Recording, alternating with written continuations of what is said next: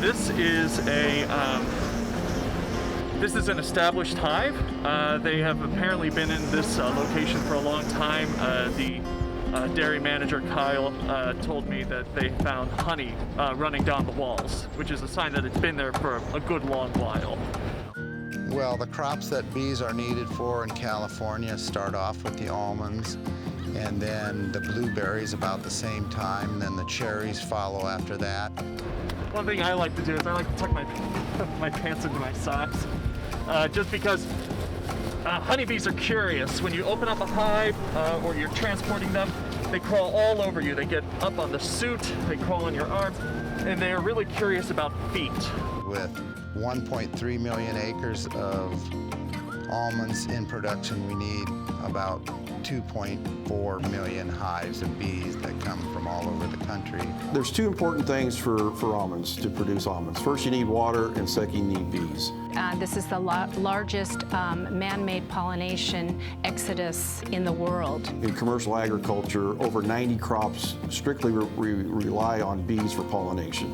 Our kids really were not very much involved. They didn't really like getting stung. Ow, ow, ow.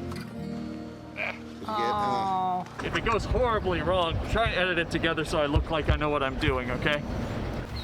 Oh, you want to go find some bees?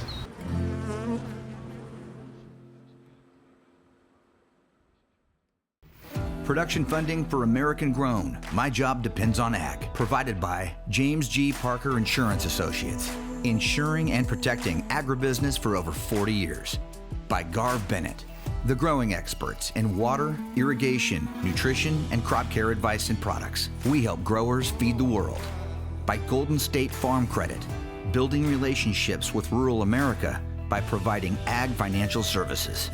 By Brandt, professional agriculture, proudly supporting the heroes that work hard to feed a hungry world every day. By Unwired Broadband, today's internet for rural Central California, keeping Valley agriculture connected since 2003. By Hodges Electric, proudly serving the Central Valley since 1979. And by Valley Air Conditioning and Repair, family owned for over 50 years, proudly featuring Coleman products, dedicated to supporting agriculture and the families that grow our nation's food. My name is Jake Wenger. I am the Assistant Professor of Entomology in the Department of Plant Science at Fresno State University. I think the general public understands that bees are important to the food supply. I think we've had great messaging on that for the last couple of years, and with the trouble that honeybees have been having, a lot of people are very aware of bees. I think where there's a little bit of confusion is that some people feel that, if we didn't have bees, we wouldn't have food. And what it really comes down to, though, is that honeybees are more important for the diversity of food. My name is John Ballas, and we've been in the beekeeping business since the late 70s, early 80s. We started with a few hives, and right now we're small in the beekeeping world. We run about 100 hives. And I'm Lynette Ballas, and we've been working as a team for most all of these years. I stayed home while we were raising our kids, didn't go out with the bees, but now that we're able to, we work together as a team and go work our hives and do all of that stuff. Yeah, right now there's 1,260,000 acres of almonds in production, and usually it takes about 2.5 to 3 hives per acre. And so almond growers last year spent roughly $700 million for bee pollination. So this time of year is usually when we prepare for the almond bloom. The almond bloom lasts several weeks out of the year. It comes pretty fast, lasts a little while and leaves. The earlier varieties mature any day now.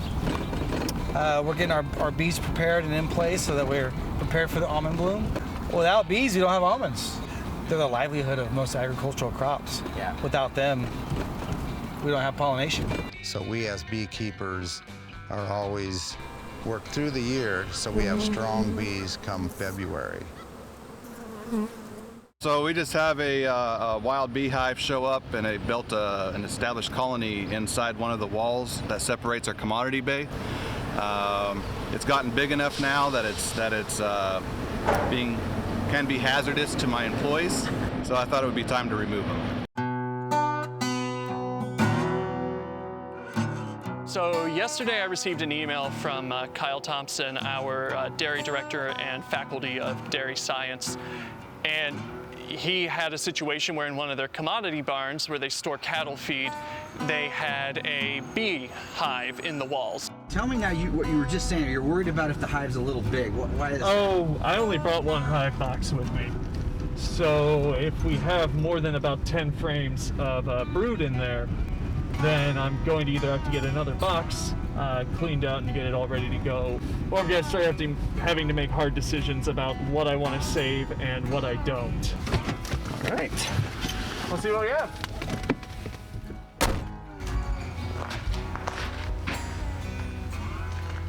Pretty cut and dry. And you can see over here, up on that wall, there's some remnants of old comb, right? So that's going to be very attractive to bees. Honeybees, they prefer to nest in places with old brood comb. They can smell it, the brood comb being the comb that they raise their young in. And so if they were to just leave these up and they've got holes in the wall like you can see here, they're probably just going to keep getting bees over and over and over again. The honeybees, when they establish their hives, one of the things they cue in on right away is the smell of old brood comb. And so if we tear this one out, you're likely going to get bees in this wall again. Yeah. So, I don't know if you could. I know money's tight at the moment, but yeah, if someone. Seal up holes. Yeah, just seal up the holes. That's all we really need, just to discourage them. All right. So I've got You're ladder. tucked in. You got a ladder. I've got crowbars. I got crowbar. This is gonna be fun. This is gonna be so much fun.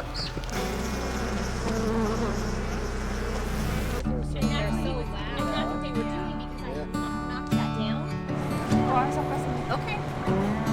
Yeah, I just liked that last one. What was the last one? So that's the Watoki summer wildflower. That's from Reedley area.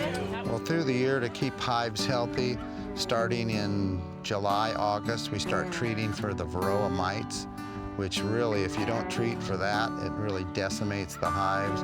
So we're feeding patties, which is a pollen substitute, syrup, and medicating to knock down the varroa before we go into winter when the hives are semi-dormant.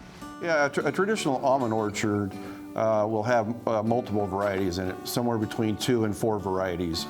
And the predominant variety is nonpareil, and so that would be planted in one row, and then the row next to it would be a different variety, which we call pollinators. And so in order for the nonpareil to be pollinated, the bees will have to, carry the pollen from one variety to the next variety, and by doing that, then the whole orchard becomes pollinated. So essentially bees only have 2 food sources. They have nectar, which is their carbohydrate, their sugar, and they have pollen, which is their protein. And a functioning hive needs both of those. Now, so when a bee is pollinating a flower, chances are they're searching either for nectar or for pollen. They're not usually looking for both at the same time. So when a bee comes up to a flower, it's either already looking for pollen or nectar. It lands on that flower, and then if it's looking for nectar, right, what it'll do is it'll scrabble down to the bottom of the flower, and it will look for the nectar, sort of these natural repositories of sugar solution that the flowers make to encourage the bees to come. And they'll feed on that. Now, plants have evolved so that the stamen, right, that carry the pollen and the pistils that receive the pollen to reproduce are set up so the bees really can't avoid them unless they go all the way down into that nectary. So they have to touch that stamen and get some pollen on them in order to get that nectar. The bees use these roads here just like we use a road, and I like putting bees on this end of the orchard when the trees are running this way, because the bees will go down the rows of trees just like we would walk down them. So in that way they get good pollination. Another good place to put the bees is in the center of an orchard, because they'll fly up and over the trees, and then they can drop down in to pollinate all the flowers that way. So they use specific routes, and when you set down a hive, you can't move them even a couple of feet because they'll go back to that exact spot. So that's why we move them at night, so they're all back in, and we have to move them at least a mile or two so they don't come back to this exact spot. So I've been involved in the almond industry for over 20 years. And almonds, the flexibility and of the almond over the last 10 or 15 years in consumption has grown not only in the United States but worldwide. 80% of the almonds grown in the United States, primarily 90% are grown in California that we ship overseas. And almonds is a very flexible nut. It's good in ingredients as far as almond flour. It's in the baking industry. Snack food is a segment that's really increasing. It's got a high protein. It's got over 9 grams of protein per ounce. It has a shelf life of over 2 years. And so, we're seeing almonds growth in third world countries, South America, Asia, Vietnam. The main importers have been India, the Middle East.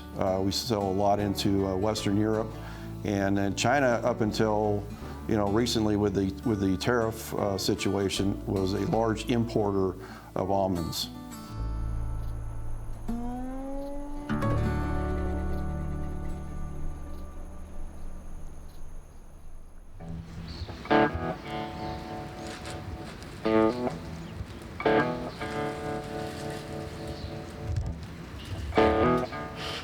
They initially evolved as cavity bees inside of trees, and so they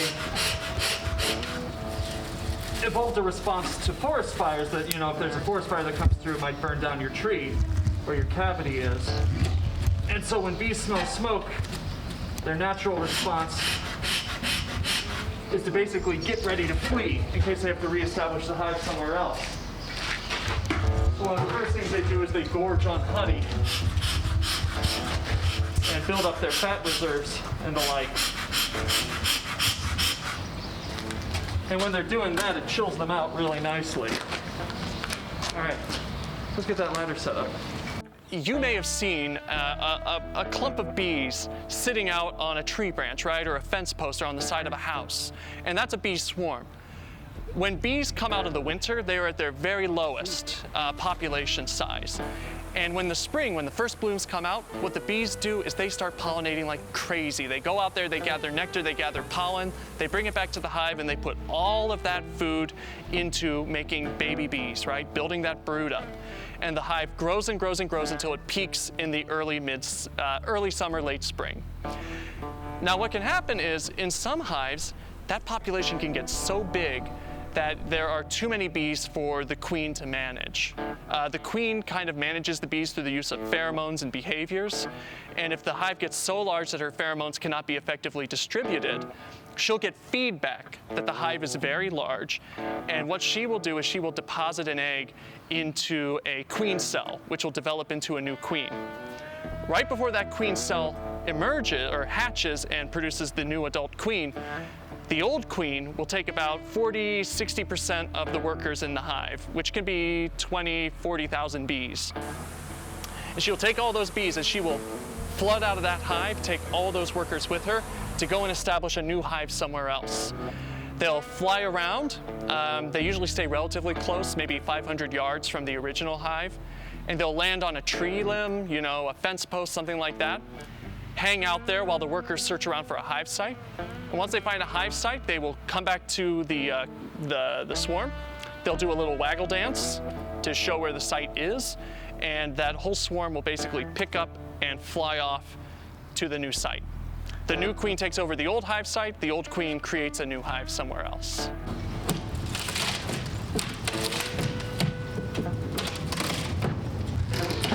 They're entirely on the other side of the next stud. Oh, okay, yeah.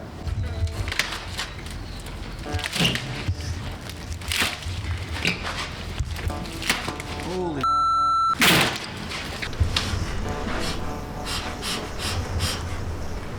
Oh, for the almond pollination, this Sylvan Oaks, they hired me to pollinate their crop. And so we're bringing our premium or strong hives so that we pollinate blooming flowers so they get almond crop.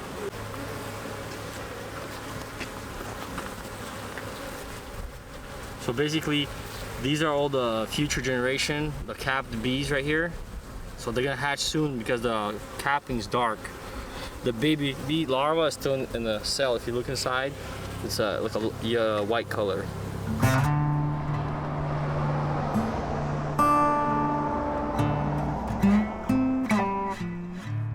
All of this honey that we have here is all grown between Prather and Shaver. There are no chemicals, no pesticides of any kind. It's 100% pure raw honey, unprocessed. I've been here in this one location here for 6.5 years. I get people from San Diego, from all over Los Angeles, from Reno, from San Francisco, from Oakland, and Bakersfield, all around. They come by here, they know exactly where I'm at because I never change locations. I'm here 7 days a week. All the honey, any honey that you choose here is going to be good for energy or allergies because it's 100% pure. Honey is a sugar solution. It's also bee vomit. That's what it is. My 4-year-old is fond of saying that it is his favorite insect vomit, which my wife does not care for. But essentially what honey is it's super concentrated nectar. Nectar is a sugar solution that is a reward the bees receive from the plant for pollinating. The bees take that nectar back to the hive and then they regurgitate it into the cells. They suck it up and they regurgitate it multiple times. That aerates it, that helps it evaporate, but it also adds some important enzymes. And what those enzymes do is they take complex plant sugars and they break them down into sucrose and glucose. Very simple sugars. And they also add some hydrogen peroxide and some antibacterial compounds. You may have heard of medicinal honey, right? Medicinal honey, which you can apply to cuts, and it's essentially an antibiotic. And a major component of that is that honey has low amounts of hydrogen peroxide in it, which is antibacterial, antifungal. Now we have different varieties of honey. We have the mountain wildflower, we have the pomegranate, we have the alfalfa, we have sage, we have avocado. Avocado honey? Yeah, avocado honey. What's that all about? It's honey. It all comes from the flower. You know, it's not a real sweet honey. It's kind of a mild, but a lot of people just love it. Now, Joe, do you eat the honey? Yes, sir. I came to Richard about 4 years ago. I used to suffer with terrible, terrible migraines. I went to the doctor. He gave me all kinds of medicine for the migraines. Nothing made it go away. Somebody in the church told me about honey, raw honey. And I saw Richard when he was over there on Shields. And I started buying the honey from him. He told me how to take it. The headaches are gone. Within like 6 months, they were completely gone. Haven't had a migraine headache since. Now your sage and your buckwheat are the two highest in healing properties. They're good for tea, for coffee, for energy, for allergies, for cooking, for baking, for female problems, for ulcers, for colon problems. They're all around. And your dark honeys are very, very good for iron. Well, one of the first stages of making wine, obviously, is when the vineyards start leafing out and they actually flower. Very few people know that there are grape flowers, and it's a heavenly scent. And grapes don't need bees to pollinate. They're self-pollinating, but the bees don't know that. So when we're out there during the flowering stage, the bees are profuse, and you would think, since we have 6 different varieties, that they're cross-pollination of Cabernet Sauvignon with Cabernet Franc, with Malbec, with Merlot, with Petit Verdot, would change the flavor of the wine every year. But if you think about it, what are the bees doing? They're pollinating the flowers. It does not change the offspring, but it does change the seed within all of those grapes. Those grapes stay the same, they don't change, but the seeds, now if you were to take the seeds out of those grapes and plant them, you'd get an entirely different vine than anything in the vineyard because it'd be cross-pollinated. The seed, the embryo itself, is what they cross-pollinate.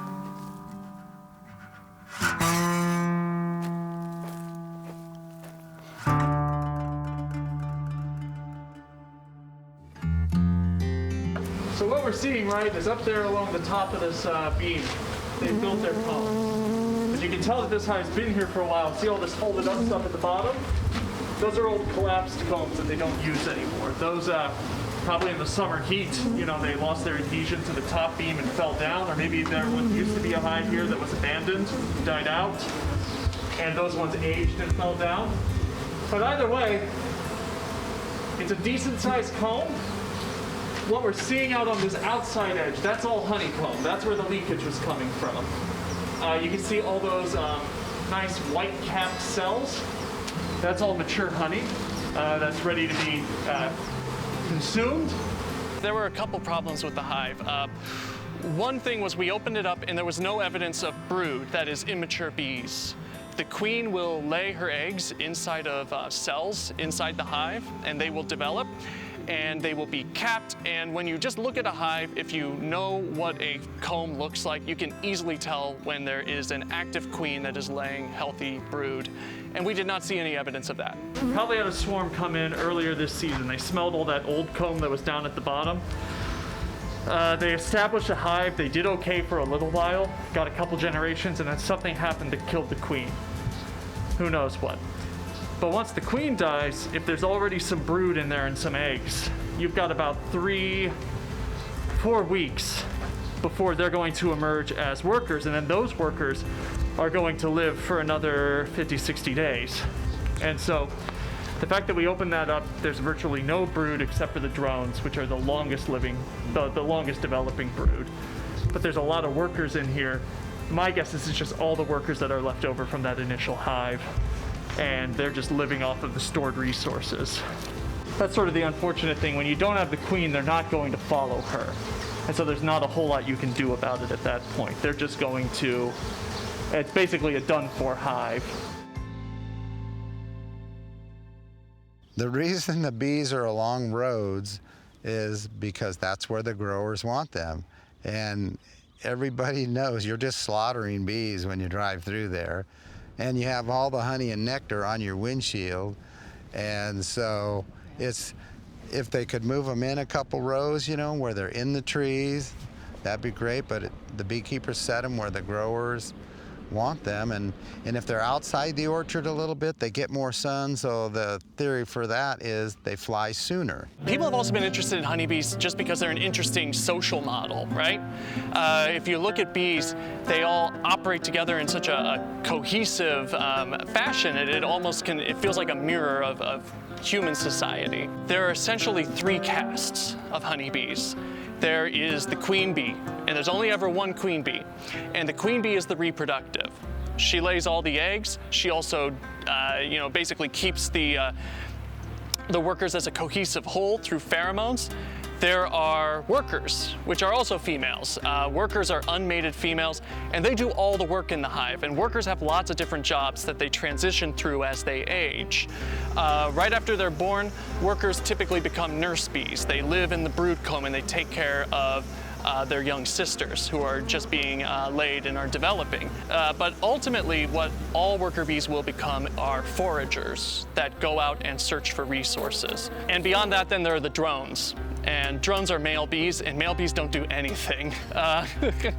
Male bees mate with the queens, and that's it. Otherwise, they hang out in the brood comb and they kind of eat the pollen, and they're just kind of laying on the couch watching TV. They are, and it's a cozy life right up until autumn, when the hive is preparing for winter, and they basically they don't want to support these lazy drones all winter when they can't get more resources, and so they kind of push them all out.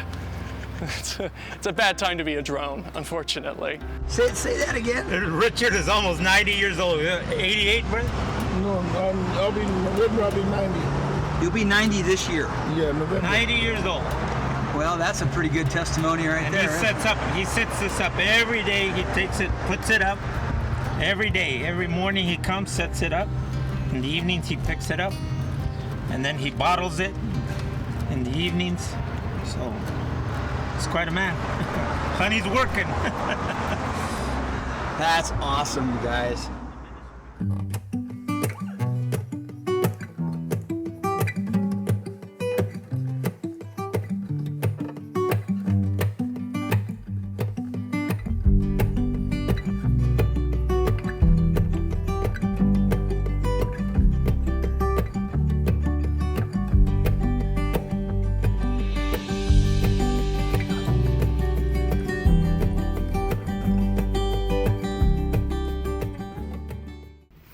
Production funding for American Grown, My Job Depends on Ag, provided by James G. Parker Insurance Associates, insuring and protecting agribusiness for over 40 years. By Garv Bennett, the growing experts in water, irrigation, nutrition, and crop care advice and products. We help growers feed the world. By Golden State Farm Credit, building relationships with rural America by providing ag financial services. By Brandt, professional agriculture, proudly supporting the heroes that work hard to feed a hungry world every day. By Unwired Broadband, today's internet for rural Central California, keeping Valley agriculture connected since 2003. By Hodges Electric, proudly serving the Central Valley since 1979. And by Valley Air Conditioning and Repair, family owned for over 50 years, proudly featuring Coleman products, dedicated to supporting agriculture and the families that grow our nation's food.